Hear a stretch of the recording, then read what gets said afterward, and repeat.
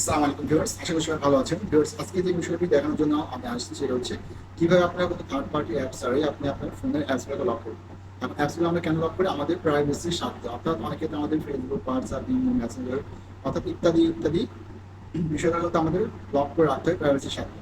তো এখন যদি আমরা কোনো থার্ড পার্টি অ্যাপসের সাহায্যে যদি ওই অ্যাপসগুলোকে আমরা লক করে রাখি, সেটা দেখা যাচ্ছে যে যদি কেউ থার্ড পার্টি অ্যাপসটাকে আনইনস্টল করে দেয় তাহলে কিন্তু আমাদের প্রাইভেসি আর থাকবে না। আজকে আমি দেখাবো কিভাবে আপনি আপনার মোবাইল থেকে কোনো থার্ড পার্টি অ্যাপস ছাড়াই অ্যাপসগুলোকে প্রোটেক্ট করবেন, অর্থাৎ লক করে রাখবেন। চলুন কথা বলি, আমরা আমাদের কাজটি দেখে আসি। ভিউয়ার্স, যদি কোনো থার্ড পার্টি অ্যাপস ছাড়া আমরা আমাদের অ্যাপসগুলোকে লক করতে চাই অর্থাৎ প্রোটেক্ট করতে চাই, সেটা আমরা যেভাবে করবো, আমরা সরাসরি আমাদের ফোনের সেটিংস অপশন চলে আসবো। সেটিংস থেকে আমরা স্ক্রল করে একটু নিচের দিকে আসবো।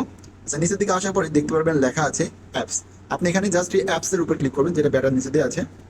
তো আপনি এখানে অ্যাপসে ক্লিক করবেন। আচ্ছা, অ্যাপসে ক্লিক করার পরে দেখতে পাবেন লেখা আছে অ্যাপস লক। আপনি এখানে জাস্ট অ্যাপস লকস এখানে ক্লিক করবেন। আচ্ছা, এখানে ক্লিক করার পর দেখতে পাচ্ছেন আমাদের এইটা কিন্তু টার্ন অফ করা আছে, অর্থাৎ যে অ্যাপস লক যে বিষয়টা সেটা কিন্তু আমাদের কি করা আছে, অফ করা আছে। তো আমাদের প্রথম কাজ থাকবে হচ্ছে টার্ন অন করতে হবে। তো আমরা এখানে টার্ন অন করলাম। আচ্ছা, টার্ন অন করার পরে আপনাকে এখানে একটা প্যাটার্ন তৈরি করতে হবে, অর্থাৎ আপনি এখানে পাসওয়ার্ড দিতে পারেন, প্যাটার্ন দিতে পারেন। তো আমি এখান থেকে জাস্ট একটা প্যাটার্ন দিয়ে দিচ্ছি। এবার সেম ভাবে আমরা আরো একটা প্যাটার্ন দিয়ে দিলাম। এরপর জাস্ট আমরা নেক্সটে ক্লিক করে দেবো।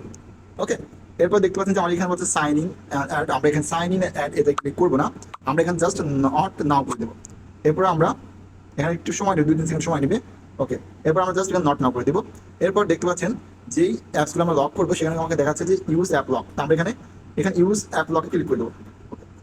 আচ্ছা, এখন আমরা এখান থেকে ফিঙ্গারপ্রিন্ট চাইলে আপনি দিতে পারবেন, বাট আমরা কোনো ফিঙ্গারপ্রিন্ট দেবো না, আমরা যেই ড্রপ প্যাটার্ন দিচ্ছি ড্রপ প্যাটার্ন থাকবে। আচ্ছা, এরপর আমরা এখান থেকে জাস্ট ক্যান্সেল করলাম। এখন দেখেন আমাদের এই অ্যাপসগুলো কিন্তু ওরা কিন্তু লক আউটটা নিয়ে নিচ্ছে। তো যদি আপনি এখান থেকে কোনোটা আনলক করে রাখতেন, যেমন আমি ইউটিউবটাকে লক করবো না, এরপর হচ্ছে আমরা এমআই ব্রাউজারটা লক করবো না, ক্রোমো, ফাইল ম্যানেজার এগুলো আমরা লক করবো না, বাট আদার্সগুলো আমরা চাচ্ছি যে লক করে রাখবো।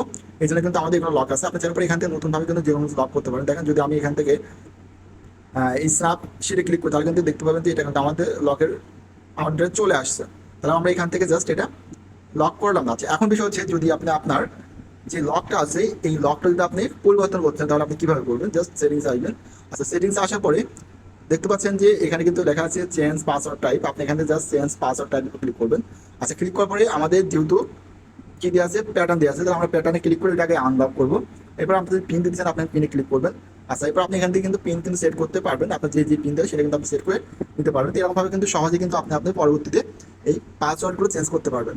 ওকে, তো এরকমভাবে খুব ইজিভাবে কিন্তু কোনো থার্ড পার্টি অ্যাপ ছাড়াই আপনি আপনার ফোনের অ্যাপসগুলোকে লক করে রাখতে পারবেন। ভিউয়ার্স, যদি ভিডিওটি ভালো লেগে থাকে তাহলে অবশ্যই আমাদের ইউটিউব চ্যানেলকে সাবস্ক্রাইব করবেন এবং ফেসবুক পেজকে অবশ্যই ফলো করবেন। এরকম নতুন নতুন ভিডিও পেতে চাই। আর যদি কোনো সমস্যা থাকে তাহলে অবশ্যই আমাদের কমেন্টে জানাবেন। তো ভালো থাকবেন, সুস্থ থাকবেন।